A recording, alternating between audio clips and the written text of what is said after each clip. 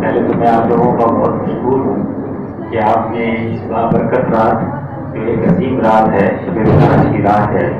اس رات میں اپنے پروگرام میں مجھے دعوت دی اور میں یہاں تشریف لایا۔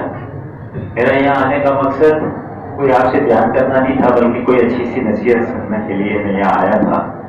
اور وہ جو ابھی مجھ سے پہلے خطیب صاحب جنہوں نے بات کر رہے تھے، انہوں نے مجھے آج ایک ایسی نصیحت کی ہے کہ جو میں خود بھی یاد رکھوں گا اور اپنے دوستوں کو بھی، اپنے گھر والوں کو بھی کہوں گا کہ اس کو یاد رکھیں۔ اور وہ نصیحت یہ ہے، میری آپ سب سے بھی درخواست ہے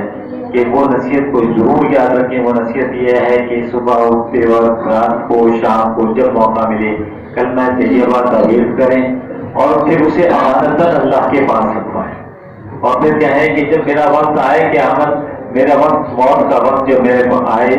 جب میرا اس دنیا سے رخصت ہونے کا وقت آئے، تو یہ کلمہ مجھے لوٹا دینا۔ اگر یہ کلمہ لوٹ گیا اور میرے جاتے وقت یہ کلمہ میری زبان پہ ہوا تو یہی میرے لیے کافی ہے۔ مجھے اس بات پہ پورا یقین ہے کہ اس کلمے کی بنیاد پر میں جنت میں داخل ہو جاؤں۔ تو میں آپ لوگوں کا بہت مشکور ہوں، کیونکہ نہ میں کوئی خطیب ہوں، نہ میں کوئی عالم ہوں، نہ کوئی میں واعظ دینے والا، نصیحت کرنے والا شخص نہیں، بلکہ نصیحت سننے والوں میں سے ہوں۔ لیکن صرف اتنا جانتا ہوں کہ جہاں کہیں بھی میں اکثر یہ بات کہتا ہوں کہ جہاں کہیں بھی اللہ اور اللہ کے رسول کا ذکر ہو رہا ہو، اس چکر میں پڑے بغیر کہ یہ کس فرقے کا ہے، کون کر رہا ہے، کون کیا کر رہا ہے، صرف اللہ اور اللہ کا ذکر ہو رہا ہو، وہاں تھوڑی دیر کے لیے ضرور کر بیٹھ جایا کریں، کیونکہ جس فرشتے کی ذمہ داری ہے اس نیک محفل کی تصویریں کھینچنے کی، اس وقت آپ کی تصویر بھی اس میں شامل ہو جائے، اور وہ تصویر لے کر بھی اگر آپ قیامت کے دن کھڑے ہوں گے تو وہ تصویر بھی آپ کی کیا کہتے ہیں اسے نجات کا ذریعہ بن جائے گی،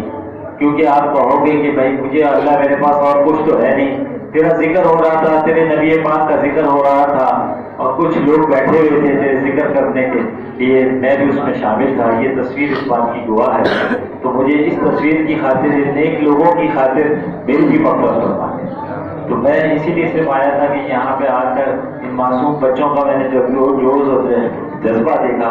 جیسے ان کی تربیت ہو رہی ہے، انہیں پتا ہے کہ جب حضور کا نام آئے تو درود پڑھنا چاہیے صلی اللہ علیہ وسلم۔ تو اس کا مطلب یہ ہے کہ اس مسجد کے اندر خیر و برکت ہوگی، یہ مسجد انشاءاللہ یہاں سے فلاح کا کام ہوگا، اللہ کے رسول کی آواز بلند ہوگی، اور یہ بھی اس علاقے کے لیے، اس شہر کے لیے ایک ہدایت کا ذریعہ بنے گی یہ مسجد۔ میری دعا ہے آپ لوگوں سے، جو بھی میرے لیے کوئی کام، میرا کوئی تعاون آپ کو چاہیے ہوگا، میرا ہر وقت آپ کے لیے حاضر رہوں گا۔ بہت شکریہ۔